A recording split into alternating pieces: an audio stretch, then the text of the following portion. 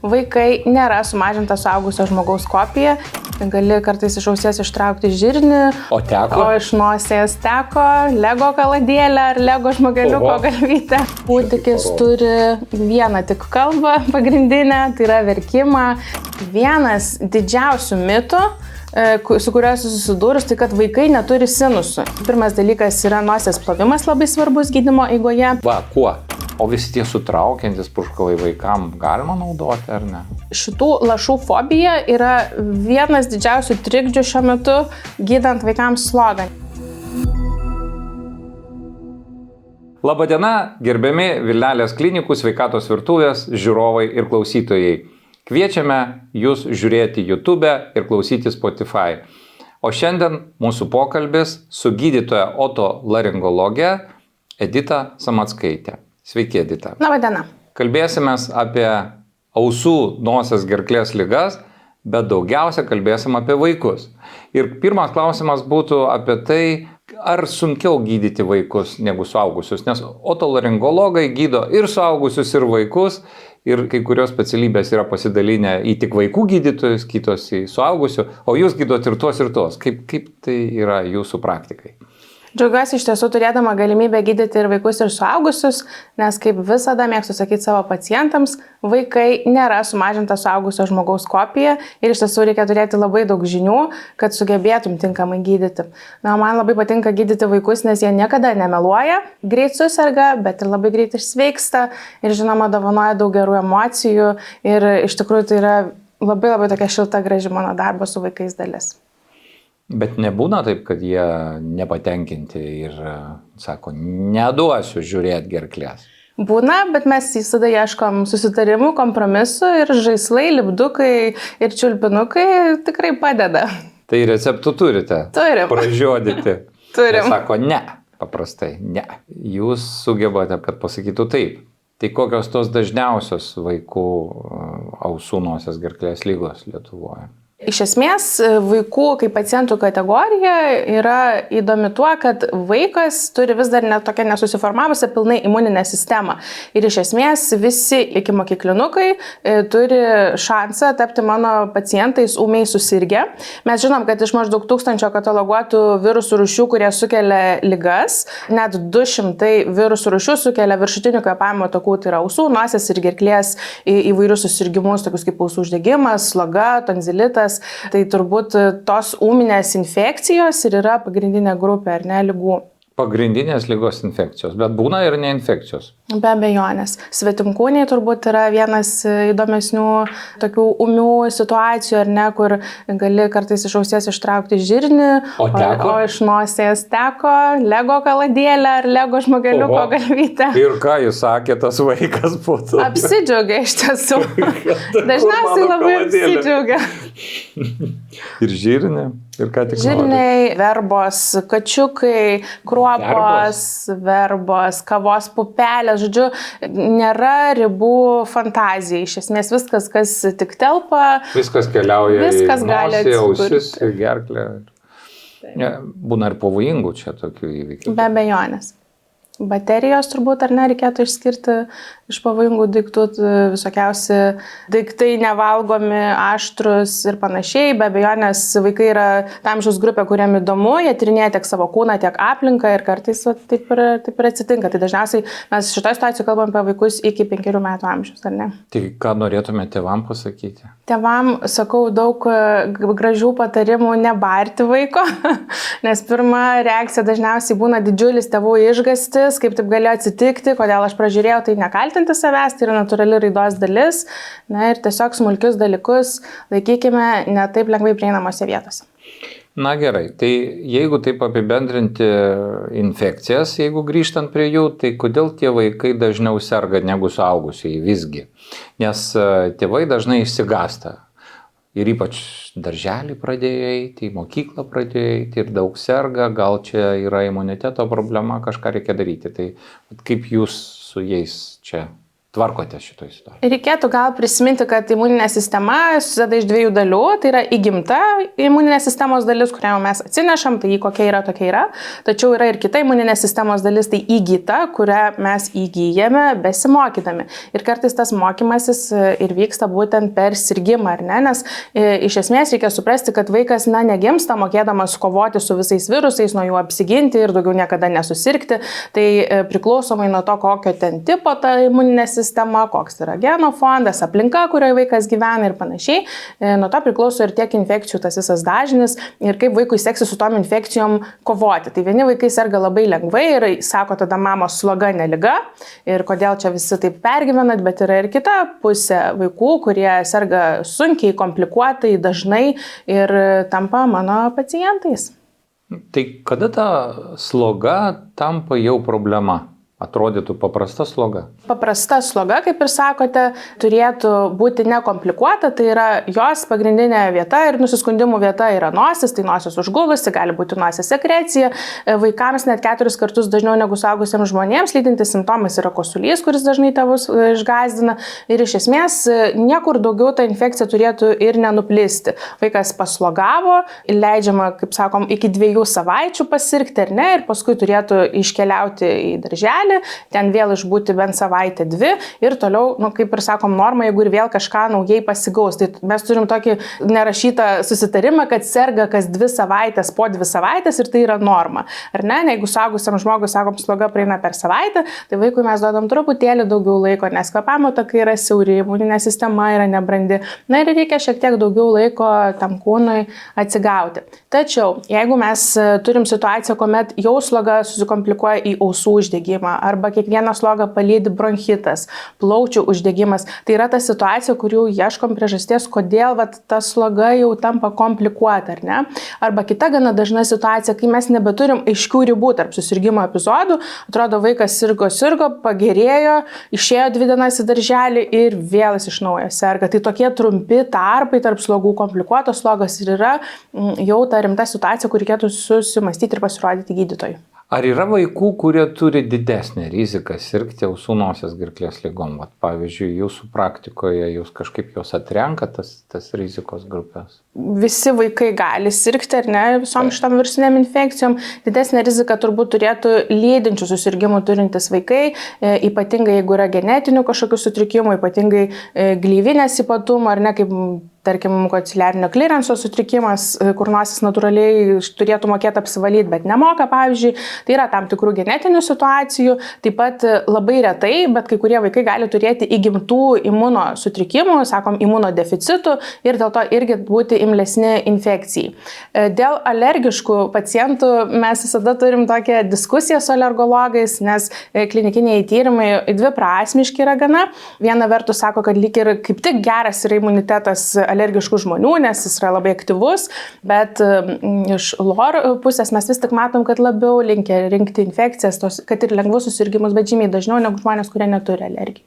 Turbūt tokias išskirčiau kategorijas. Tai čia yra vieta bendradarbiavimui otolaringologo su alergologu. Man vis tiek įdomu vaikai šiuo atveju kaip pacientai pokalbio partneriai. Tie, kurie kalba, tai viską suprantu, bet tie, kurie dar nekalba. Kaip jūs su jais? Kaip jūs atpažįstat, pavyzdžiui, jiems, kad yra uždegimas, kad kažkas negerai mažam vaikui, kūdikiui, pavyzdžiui? Iš tiesų nėra taip sudėtinga, nes viską kūdikėlis gali parodyti savo kūno kalba, ar ne? Ir kūdikis turi vieną tik kalbą pagrindinę, tai yra verkimą ir kartais tas nenumaldomas verkimas ir yra ženklas, kad yra kažkas labai negerai. Jeigu žinoma, kartu dar yra slogytė kažkokia, ar vaikas visiškai atsisako žysti, mes dar prilietę ausį, pavyzdžiui, galim sužinoti, kad jau ir besiformuojantis kažkoks ausies uždegimas yra, ar ne? Tai per lietimą, per ramumą, vangumą galim įtarti, kad kažkas su vaiku yra ne visai gerai. O ar visais atvejais ausies uždegimas bakterinis? Ar gali būti, kad jo nereikia gydyti antibiotikais? Nes čia klausimas, kuris turbūt įdomus toksai daugeliu ir tėvų, nes visi kažkaip priima, sloga, tai nepuola jie tą antibiotiką skirti, bet jau ausis susidegė ir toj pat antibiotikas naudojamas. Ar čia teisinga taktika skirti antibiotiką ausų uždegimą visais atvejais? Čia įdomus toks momentas. Iš tiesų, ausų uždegimų tipų yra labai daug ir kai mes sakom ausies uždegimas, dažnai yra generalizuojama, kad čia tas tikras, kur nuo slogos, kur pūliai ir panašiai, tačiau vaikams yra žymiai dažnesnis tas vandeningas, vadinamas serozinis ausies uždegimas, kur gali nebūti visiškai temperatūros, gali nieko neskaudėti, bet vienintelis simptomas gali būti sutrikusi klausa. Pavyzdžiui, po slogos liko užgulę ausis, vaikas dažnai perklausia, prašo pagarsinti muziką, televizorių, tai tokie ausų uždegimai, jie yra gerokai dažnesni ir tokiais atvejais tikrai antibakterinis gydymas yra neskiriamas, antibiotikus skiriam tik tada, kai įrodom, kad tai yra bakterinė infekcija, matom pokyčius kraujyje ir bendrai apžiūroj vertinant, ar ne? Tai tikrai ne kiekvienas ausų uždegimas reikalauja gydymo antibiotikais. Ar iš tikrųjų antibiotikų skirimas, pavyzdžiui, kartais gali pakenkti klausą? Taip gali atsitikti? Yra tam tikrų antibiotikų, kurie patys iš savęs veikia toksiškai klausos nervą ir klausos nervo ląsteles, tačiau dažniausiai tokie, žinoma, vaikams yra neskiriami. Ir čia turbūt norėčiau tokį patarimą galbūt tėvams, kurie žiūrės šitą laidą. Labai dažnai vis dar kyla pagunda, jeigu vaikui skauda ausį, kažką lašinti į tą ausį, nubėgti į vaistinę, kažką pasiūlo ir sulašinti. Tai aš labai rekomenduoju taip niekada nedaryti, be gydytojo apžiūros nieko nelašinti į ausį, neprašyti jokių lašiukų. Visų pirma, vis tik tai turėtų būti vertinta ausis, o pirmoji pagalba. Kodėl? Todėl, kad mes nežinom iš tikrųjų, kas toj ausy tuo metu darosi ir kai kurie vaistai savo poveikiu gali šiek tiek maskuoti uždegimo vaizdą, ar ne? Ir tada jau atvykę konsultacijai mes tarsi matom netitikti tarp to, ko skundžiamas ir tarp to, ką mes matom objektyviai, ar ne? Tai vis tik tai aš rekomenduoju nieko nelašinti ir jeigu pamatote, kad tikrai vaikui skauda, jis išsako ar parodo, kad yra ausies skausmas, jūs įtarėt, kad yra uždegimas, tai geriau būtų rinktis geriamą ibuprofeno suspensiją 10 mg kilogramui vienkartinę dozę ir tada keliauti pas gydytoją pasižiūrėti, kas ten to ausy darosi. Bet otorinolaringologai skiria lašus į ausį kartais ar ne? Tam tikrais uždegimo atvejais taip, bet šiuo konkrečiu pūlingo otito atveju gydymas lašais į ausį yra neefektyvus. Įdomu. Na, o sakykime, kalbant apie slogas, man toks įdomus klausimas, o vaikai serga sinusitais ir nuo kokio amžiaus? Vienas didžiausių mitų, su kuriuo esu susidūrus, tai kad vaikai neturi sinusų ir dėl to jie negali sirgti sinusitu. Tai yra absoliutus mitas, nes pirmi sinusai susiformuoja dar vaisiui būnant gimdoje 25 nėštumo savaitę. Tai žmogus gimsta su sinusais esančiais tarp akių. Fiksuotas skaičius, tik tai dydis kinta, ar ne? Aišku, kad pamečiui vaikui augant, didėjant galvai, tie sinusai keičiasi, bet taip, tikrai vaikai gali sirgti sinusitu ir būtent etmoidalinis tarp akių esančių sinusų uždegimas yra viena iš dažniausių, jeigu jau įvyksta slogos komplikacija, tai į etmoiditą, ar ne, kalbant apie sinusitą, tai tikrai gali taip atsitikti. O kaip tai gydoma? Iš esmės, Europos rinologų asociacija, nosies gydytojų asociacija yra išleidusi tokias gaires, kur labai gražiai yra išaiškinta visa gydymo metodika. Tai tikrai nereikia nieko ieškoti ir nieko išsigalvoti, tiek slogos, tiek sinusito gydyme. Mes tikrai liaudį turim visokių įdomių variacijų gydymo, bet iš esmės taip labai paprastai. Tai pirmas dalykas yra nosies plovimas labai svarbus gydymo eigoje. Va, kuo? Todėl, kad esant uždegimui nosyje ir arba ten sinusuose sutrinka natūralus nosies apsivalymo mechanizmas, ar ne? Ir sekretas, kuris turėtų ištekėti, jisai negali to padaryti, nes ten labai didelis paburkimas yra ir tada viskas tarsi stovi tokiai kūdroje, aš mėgstu sakyti, ar ne? Ir mes tada turim riziką, kad viskas susikomplikuos ir kažkur nukeliaus toliau. Tai mes išplaunam nosį, padedam jai apsivalyti, mažinam taip virusų koncentraciją, aišku, pasirenkam plovimo metodą, kuris yra vaikui tinkamas pagal jo amžių, tai tikrai nebūtinai yra plovimo sistema, kurios yra dabar labai populiarios. Antras pasirinkimas yra mažinti paburkimą, tai yra labai svarbu, tai mes galim tai daryti vietiniais purškalais į nosį, kurie mažina paburkimą, o ligos pradžioje yra įrodyta, kad efektyvu prieš alerginio sirupo skirimas. Ne dėl to, kad vaikai yra alergiški, bet dėl to, kad būtent sumažintume tą paburkimą, sekreciją ir kad būtų kuo laisviau, ar ne? Augaliniai vaistiniai preparatai. Taip pat yra keletas jų, kurie yra tinkami, nes jie paskystina sekretą, mažina paburkimą, veikia šiek tiek priešuždegimiškai. Bet, pavyzdžiui, alkoholio kai kurie turi preparatai vaikams skiriami. Taip, turi ir tai yra visiškai normalu, nes mes... Truputį alkoholio galima vaikams? Alkoholio vaikams negalima, bet preparatų, kurie yra saugus, patvirtinti, kad ir su alkoholiu tikrai galima, todėl kad dauguma jų turi tokią mažą alkoholio koncentraciją, kad net išgėrus tą vieną dozę vaikui neįmanoma tos koncentracijos išmatuoti. Ir jeigu galėtume palyginti, tarkim, su dažniausiai mano skiriamais preparatais, tiek pat alkoholio vaikas gauna iš augalinio vaisto vienos dozės, kiek etanolio yra stikliniai obuolių sulčių. Aišku. Alkoholio taip pat yra ir raugintose produktuose, ar ne? Na gerai, o purškalai, mes kalbam apie tai, kuo mes nosį plaunam, ar ne, o visi tie sutraukiantis purškalai vaikam galima naudoti, ar ne? Šitų lašų fobija yra vienas didžiausių trikdžių šiuo metu gydant vaikams slogą, nes kaip jau ir sakiau, labai svarbu tą paburkimą mažinti, bet kita vertus tėvai labai bijo, kad susiformuos ta medikamentinė sloga, ar ne, kad vaikas taps priklausomas nuo tų purškalų. Noriu pasakyti, kad laikantis informacinio lapelio ir gamintojo rekomendacijų, dažniausiai tokius kaip, pavyzdžiui, ksilometazolino purškalus galima purkšti iki 5 kartų per dieną ir bent savaitę. Nuo kokio amžiaus? Nuo 2 metų amžiaus. Taip, nuo 2 metų amžiaus mes saugiai galim vartoti, žinoma, proto ribose, ne 3 mėnesius, bet jeigu mes purkšim savaitę ar 10 dienų, tikrai nesusiformuos medikamentinė sloga, tai labiau galbūt aktualus suaugusiems žmonėms, pas vaikus truputėlį kitaip viskas vyksta. Aišku, o pavyzdžiui, tokie geriami vaistai kaip Actifedas, kurie labai populiarūs buvo vienu metu, dabar paskui buvo apribojimai įvesti ten amžiniai tokie, kaip į juos žiūrite? Palaikau apribojimus, šie vaistai neturėtų būti skiriami jaunesniems negu 12 metų vaikams dėl galimo šalutinių poveikių rizikos ir iš tikrųjų mes turim ir kitų vaistų kaip gydytojai, kuriuos galim skirti ir kuriais galim atsverti tuos poveikius, ar ne? Tai būtent kombinuodami purškalą į nosį, tarkim, sutraukianti su priešalerginiu geriamu vaistu, mes galim pasiekti labai panašų efektą su žymiai mažesnė nepageidamų reiškinių rizika. Gerai, pažiūrėkim, kas ten toliau dar yra adenoidai. Taip, amžina problema, tėvai ateina ir klausia, ar mums jau reikia operuoti šitą vaiką, nes jis vis sako, kad adenoidai užsidegė. Tai kaip jums čia atrodo? Adenoidai yra normali struktūra, ją turim visi nuo gimimo užuomazgą ir jinai savo piką pasiekia taip varijuoja 1,5–3,5 metų amžių, toksai darželio pradžia, gražiai sakykime, ar ne? Tai normalu, kad adenoidai kiekvienos slogos metu, kaip imuninis organas, kaip struktūra, sureaguoja, padidėja, paburksta, nenormalu. Jeigu adenoidai vaikui pasveikus jau nuo ūmios infekcijos vis tiek dar lieka padidėję ir sukelia jau tuomet kvėpavimo sutrikimus. Pavyzdžiui, vaikas knarkia, negali kvėpuoti pro nosį, dėl to jis būna išsižiojęs.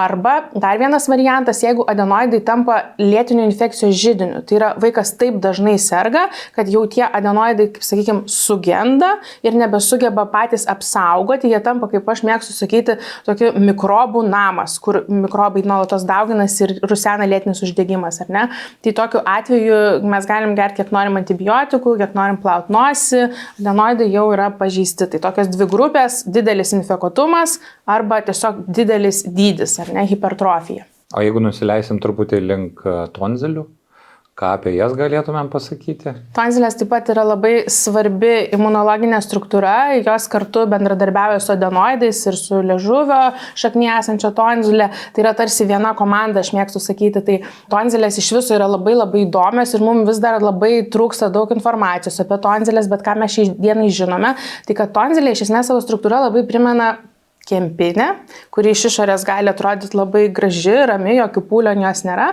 tačiau tonzilės viduje yra daugybė smulkių kanalėlių, kriptų mes sakom, ar ne, ir būtent tie kanalėliai ir kelia daugiausiai problemų. Tai tose kanalėliuose gali kauptis maisto atliekos, bakterijoms, kurios gyvena burnoje, labai patinka tos maisto atliekos, gali ten ir apsigyventi koks streptokokas, labai tokia pikta bakterija, ar ne, ir ten lėtinį uždegimą sukelti. Tai iš esmės tonzilės yra labai sudėtingos anatomiškai ir gali labai sukelti nemažai problemų. Mes turim tokį užsifiksavę kažkokį įsitikinimą, kad jeigu 7 tonzilitai atsitiko per metus, ar ten per 3 metus 3 tonzilitai per metus, kad tik tada reikia šalinti tonzilės. Tačiau iš tikrųjų kartais tos tonzilės ir jų infekuotumas, jis turi ir daugiau variantų, kada tonzilės jau jas reikėtų atkreipti dėmesį, ar ne? Ir tai lygiai taip pat tie patys dažni sirgimai, dažni gerklės susirgimai, faringitas, tonzilitas. Taip pat jeigu, kaip ir pašalinus, pavyzdžiui, adenoidus, adenoidus, vis tiek išlieka didelis susirgimo dažnis, mes irgi labai dažnai atsisukam, atsigrėžiam į tonzilės, ar ne? Arba žinoma, jeigu tos streptokokinės infekcijos yra labai dažnos. Bet aš priklausau dar tai kartai, kuriem privaloma tvarka 5 metų amžiaus šalino tonzilės ir buvau pagautas, nuvestas, paguldytas ir pašalintas. Tai dabar tos praktikos neliko, tai visgi kada reikia jau? 2 variantai. Vienas variantas tai yra dalinis šalinimas, kai mes kalbam būtent apie kvėpavimo takų augimo kokybę. Kartais vaikas turi tonzilės labai didelės, jos jam trukdo ryti, kvėpuoti, kalbėti. Tai tokiu atveju mes tonzilių pilnai nešaliname, mes jas šiek tiek pakerpam, kad žmogui būtų daugiau vietos, daugiau oro ir įvyktų taisyklingas veido ir žandikaulių augimas, susičiaupimas.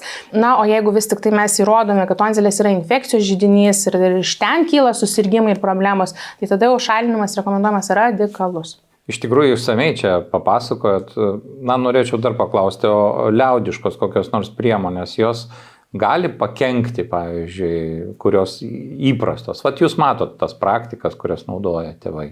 Tai vaiko sveikatai, kada serga kvėpavimo, kažkokia tai ausų, nosies, gerklės infekcija vaikas ir tėvai naudoja kažkokias priemonės. Tai matot tokių neteisingų praktikų paplitusių Lietuvoje? Iš tiesų, matau jų vis mažiau, tas mane be galo džiugina ir ypatingai džiaugiuosi, kad tos neteisingos liaudiškos praktikos yra vis mažiau eksperimentuojamos su vaikais. Patys savo dar pabando ten ir česnako į nosį įsidėti, ir nosį atstupą plauti, ir gal padės, karštų garų inhaliacijos vis dar kažkodėl yra populiarios, nors ten viską degina ir išdegina. Bet su vaikais šita praktika jau yra tokia gerokai aprimusi, vis tik tai mano dauguma pacientų jau ateina ir pasiskaitę, ir ChatGPT pasižiūrėję, ir pasigūglinę, ką ten reikėtų daryti. Tai tokių labai kažkokių blogybių negalėčiau šiai dienai išskirti. Na ir pabaigai norėčiau jūsų paklausti, kokius patarimus jūs duotumėte tėvams, norint pagerinti jų ausų, nosies, gerklės sveikatą? Aš turbūt laikausi požiūrio, kad žmogus yra visuma. Ir neveikia atskirai tik ausis, atskirai tik nosis neserga, kažkodėl ta liga atsitinka ir jinai labai yra susijusi su aplinka, ar ne, kaip mes miegame, kaip vaikas maitinasi, kiek spalvotų mėlynų čiulpinukų gauna kiekvieną dieną, ar ne, ar vis tik tai morkytės labiau valgo. Tai mano palinkėjimas turbūt būtų toks vienas, neskubinkime savo vaikų, nesistengim visaip sustumti jų ten tas ligas, duokim laiko jiem išsveikti, nes laikas, simptominis gydymas ir ramybė ir meilė tikrai gydo labai greitai.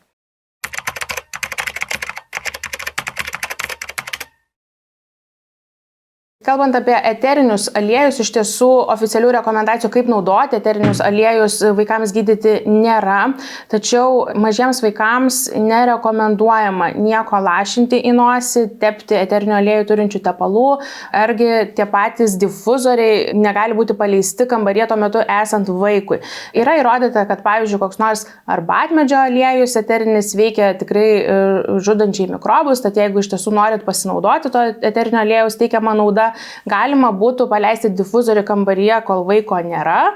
Eterinis aliejus suveikia, padaro savo darbą, jūs leidžiat šiek tiek prasivėdinti kambarių ir tik tuomet į tą aplinką galim grąžinti vaiką. Labai dažnai matom, kad mamos, bandydamos apsaugoti savo vaikus nuo dažnų susirgymų, tai į nosytę patepa, tai kažkur ant marškinėlių kažkokio eterinio aliejų.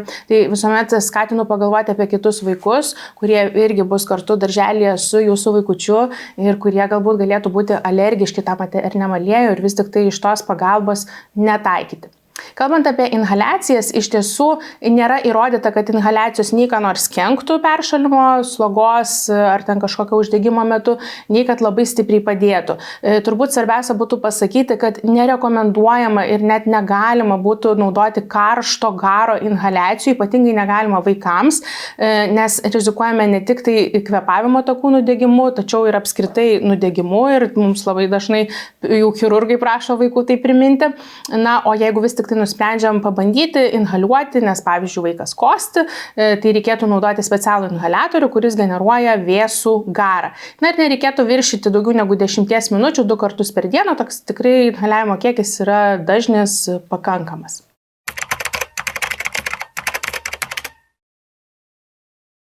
Nosies sausumas iš tiesų yra viena didžiausių problemų, kurią gali mums sukelti šildymas, nes reikia suprasti, kad nosyje viskas vyksta drėgmėje. Nosyje nuolat yra gaminamas sekretas, gleivinė yra drėkinama, tad jeigu nosis labai išdžiūna, kaip mėgstu sakyti, gleivinėje atsiranda tarsi tokie kaip dykumoje mikroįtrūkimai ir jau tuos mikroįtrūkimus gali į juos apsigyventi nosyje šiaip gyvenantis ir jokios žalos nekeliantis mikrobai ir pradėti tą žalą kelti. Kitas dalykas, kad taip, iš tiesų nosies pertvaros priekyje yra gausus kraujagyslių, smulkių kraujagyslyčių rezginys ir būtent pažeidus gleivinę sausumu ar krapštant, ar naudojant per dažnai ir per daug sutraukiančių kraujagyslės vaistų, galima tikrai sukelti kraujavimus iš nosies. Tai jeigu tokie kraujavimai yra dažni ir susiję ne tik su šildymo sezonu, reikėtų kreiptis į lor gydytoją, tačiau jeigu tai susiję tik su šildymo sezonu, gali būti, kad užteks tiesiog nosies drėkinimo specialiais purškalais, greičiausiai, kad kažkokiais aliejiniais, kad kuo labiau tą gleivinę gydytų, drėkintų ir pridengtų tuos pažeidimus.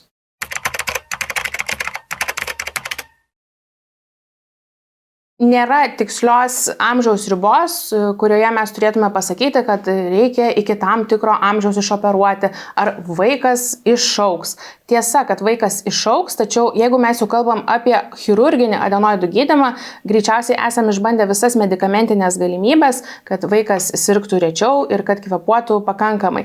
Aš vis tik tai laikausi principo, kad problemas reikia spręsti tada, kada jos yra. Ir net jeigu adenoidai yra viena laikiniausių imuninių struktūrų, net jeigu jinai ir sunyksta maždaug ten iki mokyklinio amžiaus pabaigoje, tačiau jūsų vaikui matote, kad nepadeda medikamentinis gydymas, tai tikrai nerekomenduoju laukti kažkokio amžiaus, kažkokios ribos ir tiesiog reikalingas gydymas.